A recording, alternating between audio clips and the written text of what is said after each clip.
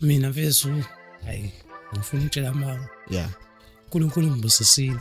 Amen. Yeah, even though financially is not great. Yeah. Kodwa saphanda. You are blessed. Sinethemba esililahle. Mfethu ngiyipi mfethu? Yeah, you are blessed. Sihlale neinsizwa mfethu akula neinsizwa. Yeah. Zangakha ngayinsizwa. Ngengilo ngilanda kakhulu. Yeah. Kuphela ngombhemu. Yeah. Ophelele. Wingo. Mfethu into kufanele uyazi emhlabeni mfethu kubezela kubalekile. Yabo. Wazi kodwa ukuthi ufunani. Ungabekezeli ukuthi uzobekezele. Ayikho nento yenzayo mfethu lapha yabo. Mina ngiya onzima. Uyisebenza. Angifuni ukutshela amanga.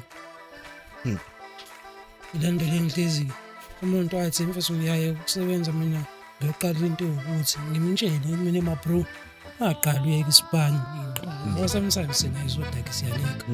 Ngicabanga ukuthi yonke into bethu umuntu ayenza kufanele ayithande.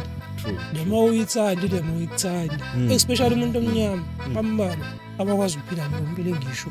Ingesiyashizila. Siyashizila dog. Inzima ukuya kaHulwet dog. Awungenele uba lapho.